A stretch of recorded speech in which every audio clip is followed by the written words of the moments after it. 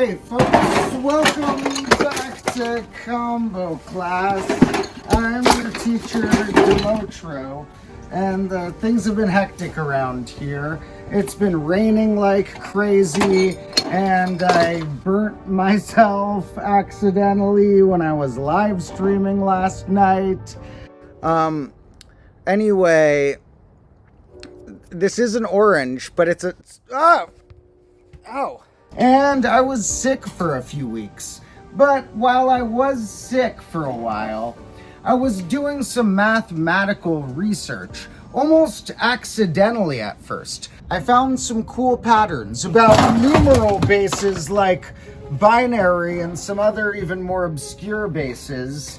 And these aren't any groundbreaking discoveries about how these bases work, but there's some cool visualizations of other patterns that secretly turn out to be describing how these bases work in disguise. I wasn't looking for patterns about numeral bases at first, despite that also being one of my hobbies. I was having fun trying to make up a card game, and as I was making up which rules would work well to not make any strategy too obvious or not make any cards too overpowered or underpowered, it ended up leading me to some cool visualizations that I then realized were secretly describing concepts about these numeral bases that I probably would have made an episode someday about anyways. So today, I'm not going to fully describe all the rules to this card game I invented, but I'm going to tell you about something I nicknamed Numberations and some questions I had about those and how that led me to some interesting trees of numbers. By numberation, operation followed by a number, like +1 or ×2, or even something like squaring something is to the power of 2, so we can consider that a numberation under my random nickname standards. And while designing this card game, which I'll tell you the full rules of in some later episode, I ended up stumbling into the question of which combinations of numberations would allow you to reach any whole number if you were to start at 0 and then apply some chain of numberations. If we had access to an unlimited quantity of the numberation +1 starting from 0, we could easily get to any whole number we wanted to reach. We would just go +1, +1, +1 and tick our way up until we were at our target number. Now, if we had the numberation ×2, starting from 0, we wouldn't be able to get to any number apart from 0 without the help of other numberations, because multiplying 0 by 2 goes back to itself. Now, what if we mixed these two numberations, had access to both of those, but we're not going to let the +1s make it too easy. We're going to put a cap on how many +1s we can use at a time. We're going to say, for example, maybe you can only use one +1 numberation at a time in a row before you have to use another sort of numberation, and then later, if you wanted to, you could come back to a +1 as long as you hadn't done another of those right before. So let's say we had access to +1s limited in that way and ×2s in an unlimited way, where whenever we wanted, we could ×2 whatever number we were at. Could we reach all of the whole numbers? Like, if we wanted to reach 11, we could go +1 ×2 ×2 again, +1 ×2 +1. And we got there with those two numberations without using any of the +1s twice back to back. Well, we can reach every whole number with that process. And here's a visualization I made of that. From 0, if we use our ×2, which I used a pink sort of double arrow to signify, we just end up back at that 0. So to move forward, we would need to use our +1, which I used a green single arrow to signify, getting us to 1. And then we had just used a +1, so we couldn't use another one of those again yet. We would have to use a ×2 to get us to 2. And from there, we would sort of have a choice or a split in our tree. We could +1 to 3 or ×2 to 4. And then the tree continues. Like from 3, we can't +1 again. We just did that to get there. But we can ×2. From 4, we have either option, and the tree continues. And if I continued this indefinitely, we would reach each of the whole numbers.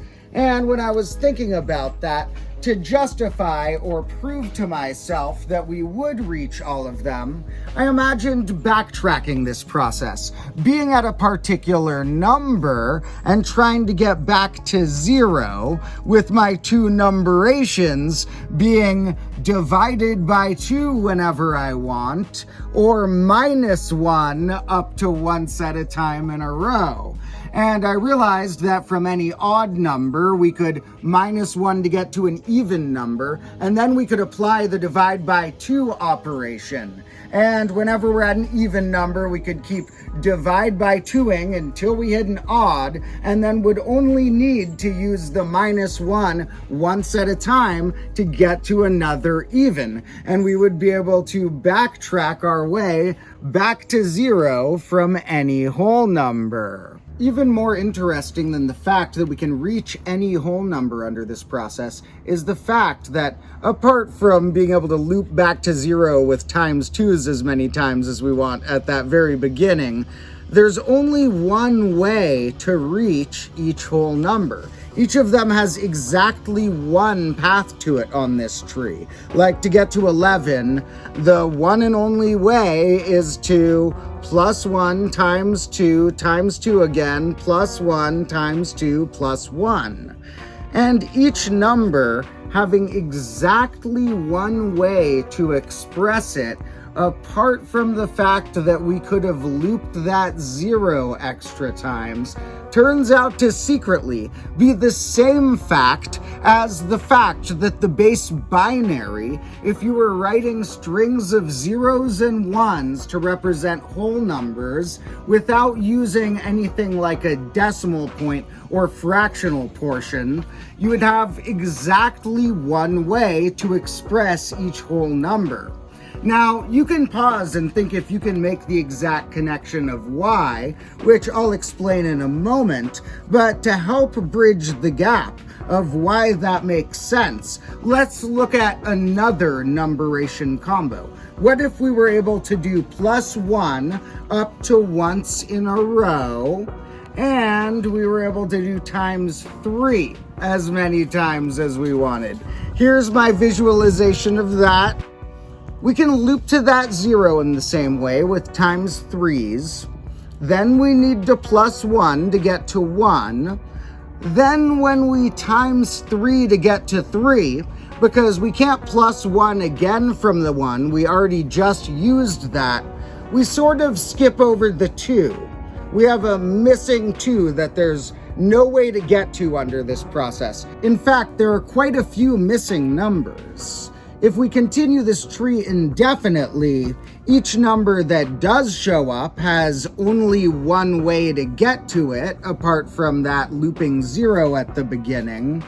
But there's a lot of numbers we can't get to at all, like 2, 5, 6, 7, 8, 11, 14, and pause if you want to try and figure out the pattern to which type of numbers are missing here, because it does again turn out to relate to different numeral bases. And to make this a little more clear with some more numeration combos, let's imagine that we still had ×3 in an unlimited fashion, and +1 in a somewhat limited way, but this time we were allowed to use our +1s up to twice in a row, we could use a +1 as long as we hadn't just used 2 of them in a row already right before that. Well, here's a tree of that. And we can see that on this tree, we do reach each number in exactly one way. 0, 1, 2, 3, 4, 5. If we continue this indefinitely, kind of like when we had +1 once at a time in our ×2, we end up reaching each of the numbers exactly once. Now, to fully put together the dots as to why these trees were able to reach every number, but this one had certain missing numbers, let's look at these written in some alternate bases. Like, what if we took this tree we started with, where we were able to ×2 whenever we wanted, or +1 up to once at a time, and we wrote all of these numbers in binary instead, with 1s and 0s, closer to how a computer would write this. Well, now we can see some patterns a little clearer, like doubling something essentially adds a 0 at the end. Or if we did have a point and a fractional bit, then it would be like sliding the digit part of the number over in comparison to where that decimal-like point was. But when we're just looking at this whole number chunk with the part to the left of wherever any point would be, it's sort of like adding a 0 to double it. And our other option, which was we could add 1 up to once at a time, basically means that if the last thing we've done was doubling, then after that, we can either add 1 once, which would be essentially replacing the last 0 with a 1, or we could do it 0 times because we said up to once. It wasn't mandatory to add 1 in between all of the ×2s. And so essentially, our process was describing we can add zeros to a number whenever we want, and at any point, we can replace the last 0 with a 1. So if I wanted to get to that number 11, we could say, well, in binary, that's written 1011. So to sort of build that, we make that 1, add a 0 at the end, add another 0, turn that last 0 to a 1, add another 0 after that, and then turn that last 0 to a 1. Now, what if we were curious what these missing numbers from before were, and we noted that tripling may have some similarities with base 3, so we decided to take this process where we were allowed to triple and up to once at a time do +1s, and we wrote that in base 3. Well, here's the thing. I didn't need to draw another tree for that, because that tree would be the same as this, except that I would have put 3 notches on the pink arrows because they would have signified tripling. This tree represents the base 2 version of this, as well as the base 3 version of this, because we were following very similar rules. To triple in base 3 is to add a 0, and we said up to once we could replace the last one with a 1, and essentially this tree represents all of the strings of 0s and 1s we could create. And if we wanted to include strings like 0, 0, 0, then we would have said that instead of this going back to itself, it went to 0, 0, then to 0, 0, 0, then to 0, 0, 0, and etc. So if we're looking at all the strings of 0s and 1s, it makes sense that that will represent ways to make each number in binary. And if we looked at which numbers we're missing here 2, 5, 6, 7, 8, 11, and etc., we would find that those are precisely the numbers that, when written in base 3, have the digit 2 somewhere in them. We were only covering numbers that can be written in base 3 with zeros and ones. Whereas here, when we were allowed to triple whenever or add 1 up to twice in a row, that was able to hit all the whole numbers, because that was like being in base 3, being able to add a 0 at the end whenever we want, or being able to replace that last digit with a 0, 1, or 2. Similarly, if we compared this to the base 10 counting system that most humans currently use, we'd find that if our numberations included times 10 and plus 1, we'd need to be able to use the plus 1 up to 9 times in a row to hit all the whole numbers. Because in base 10, we need to be able to not only add a 0 at the end, but be able to replace that last digit with anything between 0 and 9. Now, those are all more standard numeral bases, base 2, 3, 10, and so on.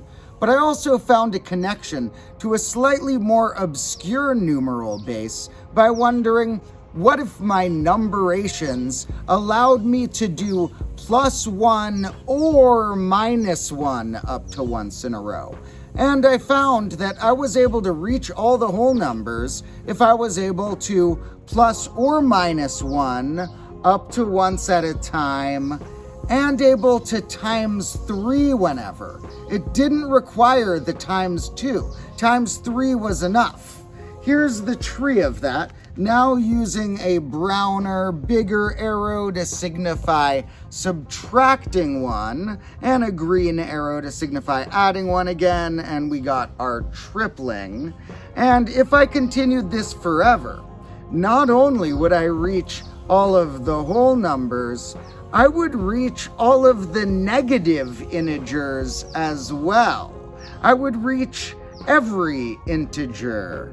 And that's because this is secretly encoding the base balanced ternary, a different version of base 3, where spots in a number represent powers of 3, but the digits are 0, 1, and negative 1. I have made an episode about this particular base before, and how some computers have actually tried using this instead of binary. So if you're interested in learning more, I've linked in the description some applicable episodes about bases I've made before, and a link to the live stream from last night where I accidentally lit myself on fire.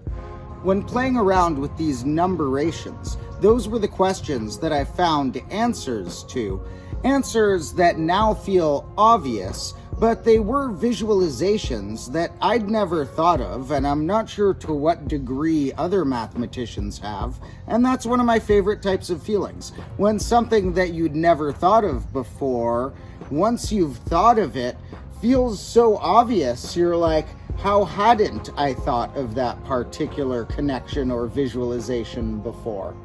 But although those questions I found answers to, I still have many questions about these numberations that I haven't found answers to. Like, if we were to try and quantify how efficient certain combos of numberations were at reaching certain target numbers. Like, let's say that I count each plus 1 as 1 point, and I count each times n as n points.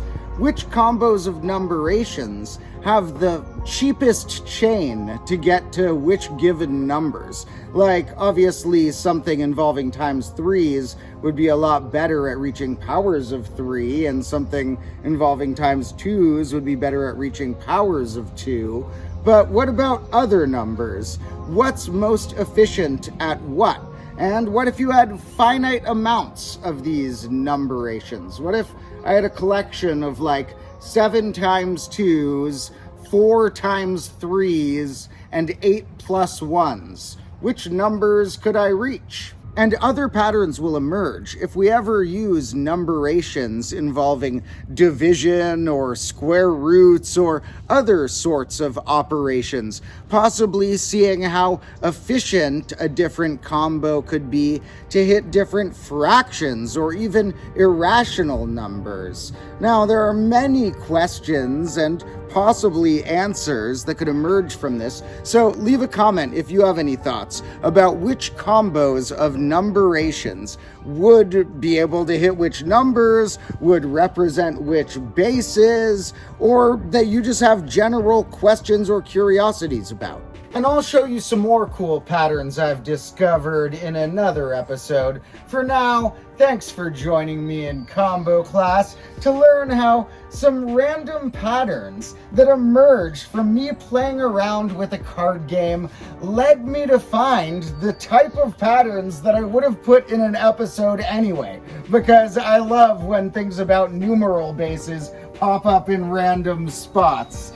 In fact, I do have other future episodes and many past ones. For now, thank you for joining me, with a special thanks to the people who make this show possible, like all my Patreon supporters and such. And I love all of you. I'll catch you again soon. Ow!